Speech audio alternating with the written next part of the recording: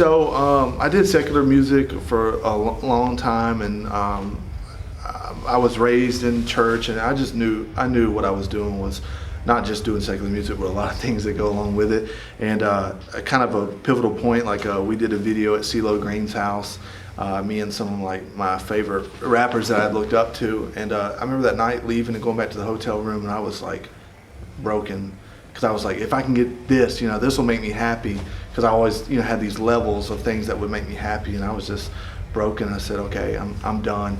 And I was living in an apartment in Nashville. I got this van, because after I got saved, I said, okay, God, I know you're gonna have me on the road sometime. And I got this touring van, and I slept in a Walmart parking lot for 3.5 months. And just prayed and said, God, when you're ready, I'm ready. I got a call from Florida. I had 3 songs done.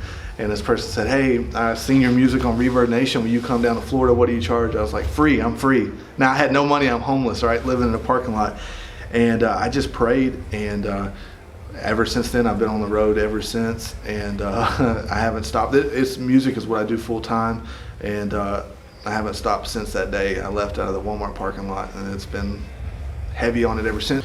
Well, I got booked for one show, and that's all I had was just one show.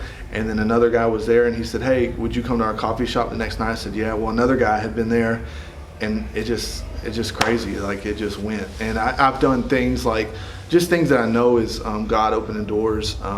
Because in secular music, it was me trying to push and break doors down. I did Night of Joy at Disney World. I got to open for Lecrae and Mercy Me and all these people, and I'm a nobody. I'm still, who cares? I'm signed to a deal. I'm still a nobody, you know what I mean? And God just uses me, and it's just amazing to see what He does. Went into a studio. I was still working, and I had an apartment in Nashville. But what it was is, when I got saved, I told God, I said, I'm going to separate myself from everything but you.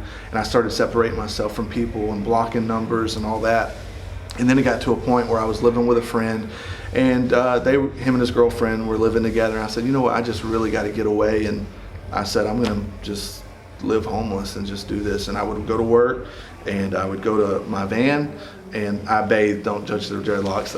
I went to a gym and showered, and then I would go back. And I'd love to tell you that God sat down and broke manna with me, and but I was angry and mad. And it was a nice van. It was a conversion van, so it had the fold up bed in the back, and I would lay in the back of the bed and just kick the side of the van as hard as I could, just mad at everything. But it was the best time of my life, and there's times in my life now where I'm like, man, I wish I could just go lay in the back of the van and just talk to God, So I had, and I was having a pity party at the same time, and my mom called me. It was right before Super Bowl Sunday, and she said, how are you? And I said, she said, are you okay? And I put N-O-0-0 exclamation mark, question mark. And that was the first time she's ever texted me out of the clear blue, ever text. And she calls me, and I'm hysterical. And she's like, what's going on? I said, all these Christian people said they would help me when I got saved. Everybody's hypocrites. I was living in sin, had an apartment, doing videos, and now I'm a Christian and I'm homeless. I felt like Chris Farley living in a van. And so I'm wanting sympathy from her. And she said, shut up. Just like that. She said, do you got somewhere to sleep tonight? I said, yeah, my van. And she said, no, I didn't ask you that.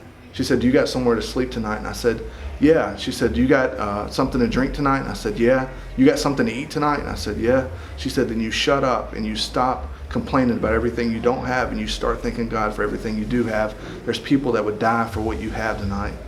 So I hang up and drank my juicy juice, and I went to bed. And after that, I just came back to the van after work, and I would just thank God for everything. I said, God, I know you got a purpose for my life. I don't know what it is. I think it'll be doing music, and I'm just ready whenever you are. And here we are today.